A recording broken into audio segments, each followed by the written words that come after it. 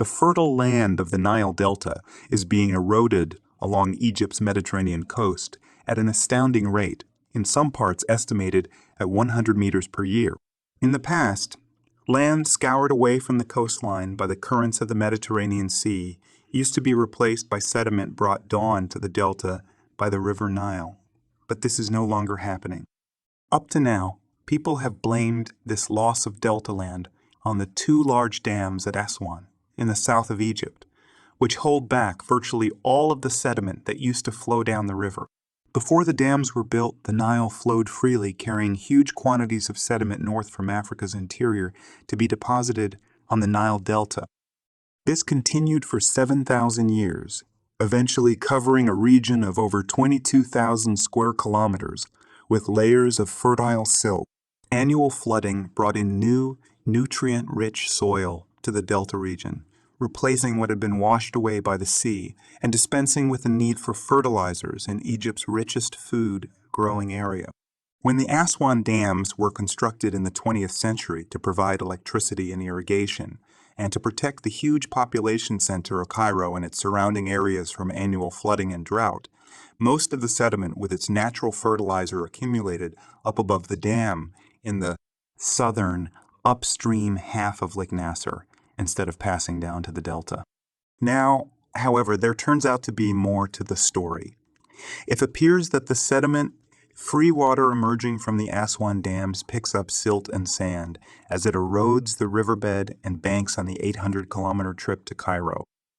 Daniel Jean Stanley of the Smithsonian Institute noticed that water samples taken in Cairo just before the river enters the delta indicated that the river sometimes carries more than 850 grams of sediment per cubic meter of water, almost half of what it carried before the dams were built. I'm ashamed to say that the significance of this didn't strike me until after I had read 50 or 60 studies, says Stanley in marine geology. There is still a lot of sediment coming into the delta, but virtually no sediment comes out into the Mediterranean to replenish the coastline. So this sediment must be trapped on the delta itself.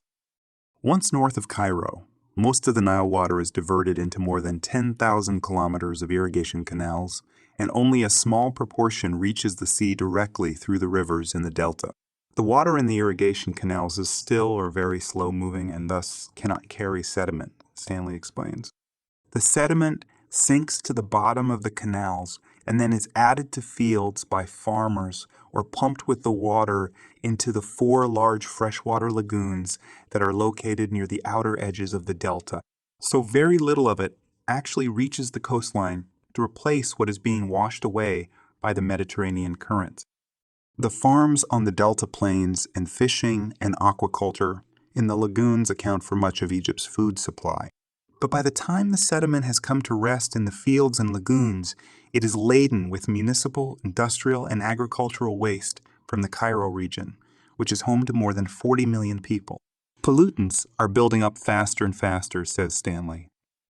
Based on his investigations of sediment from the delta lagoons, Frederick Siegel of George Washington University concurs.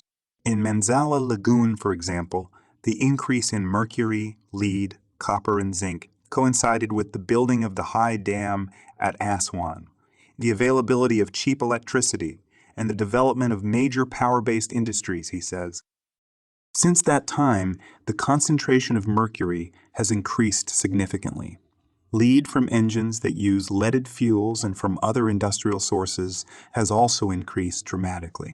These poisons can easily enter the food chain, affecting the productivity of fishing and farming.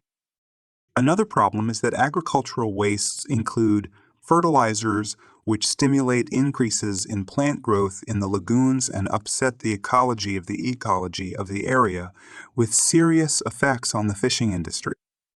According to Siegel, international environmental organizations are beginning to pay looser attention to the region, partly because of the problems of erosion and pollution of the Nile Delta, but principally because they fear the impact this situation could have on the whole Mediterranean coastal ecosystem. There are no easy solutions. In the immediate future, Stanley believes that one solution would be to make artificial floods to flush out the delta waterways in the same way that natural floods did before the construction of the dams. He says, however, that in the long term an alternative process such as desalination, may have to be used to increase the amount of water available.